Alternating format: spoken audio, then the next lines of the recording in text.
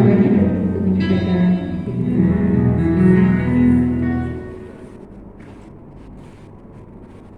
ya. Baik, selamat pagi kepada seluruh guru-guru, kepala sekolah, staf dan juga murid-murid ya yang ada di sekolah Kristen Ketapang. Bersyukur pada pagi hari ini boleh diberikan kesempatan untuk berbagian menyampaikan kebenaran firman Tuhan. Nah, tadi kalau teman-teman semua, adik-adik semua udah dengar di sesi yang pertama bagaimana kita bertemu dengan Yesus, kita membutuhkan Yesus, tapi ternyata perjalanan kerohanian kita itu benar-benar ya seperti tadi yang dikatakan Ibu, itu tidak hanya berhenti sampai di situ saja gitu ya. Kita bertemu ya, kita kepalakan dengan sama-sama dan baik, kita seperti apa yang mau seperti sebuah hal. Nah, perjalanan kita bersama dengan Tuhan itu baru saja dimulai, dan ini bukan perjalanan 1-2 tahun, tapi ini adalah perjalanan seumur hidup.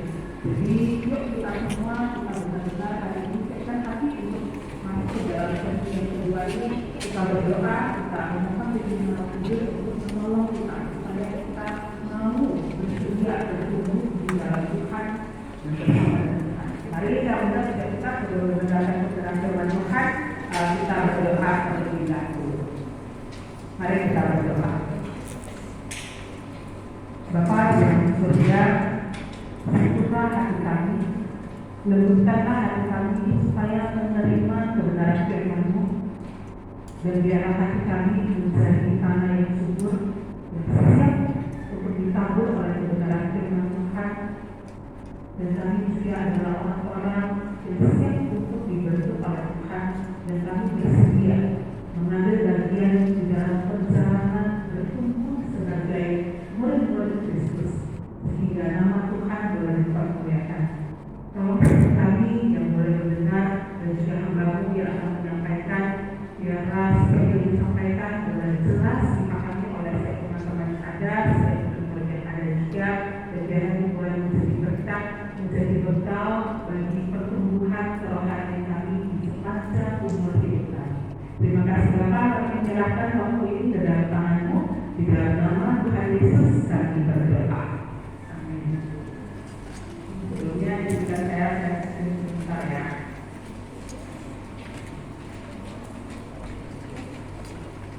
Apakah sering saya terdengar oleh teman-teman semua? Oke ya.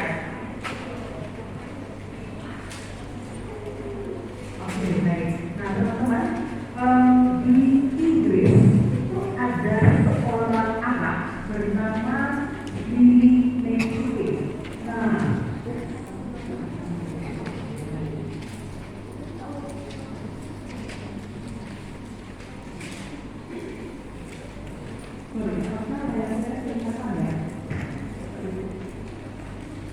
iya, sudah kelihatan.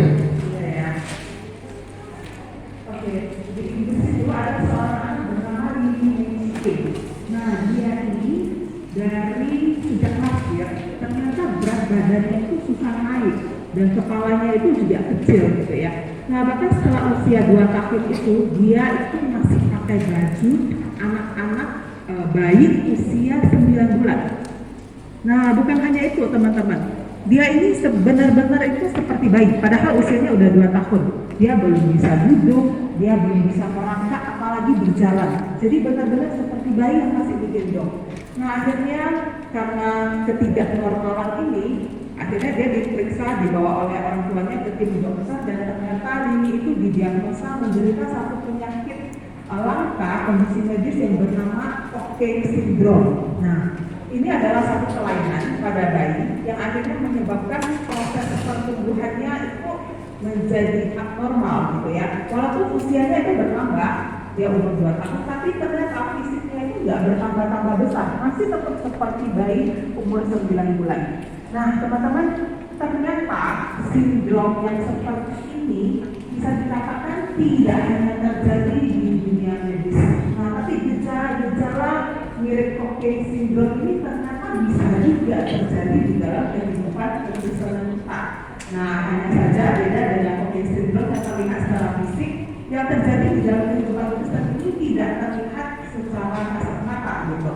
pertumbuhan fisik bisa kelihatan normal, tapi ternyata pertumbuhan spiritualnya itu yang mandek dan kerdil. Nah, orang-orang seperti ini bisa katakan dia dirinya aku udah ikut Tuhan dari sejak kecil, udah dibaptis, udah datang ke gereja bertahun-tahun. Di sekolah juga setiap hari saya ikut chapel, dengarkan renungan, dengarkan khotbah dari hamba Tuhan. Saya tiap minggu datang ke gereja, ikut kebaktian remaja, ikut kebaktian pemuda dan tidak pernah absen.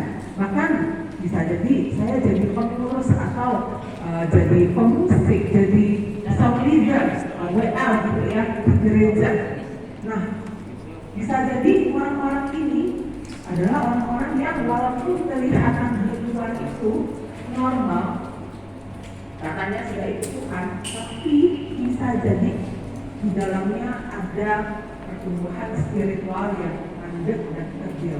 Bisa jadi mereka orang-orang di sekitar kita, teman-teman dekat kita, bahkan tidak menutup kemungkinan kalau itu adalah diri kita sendiri.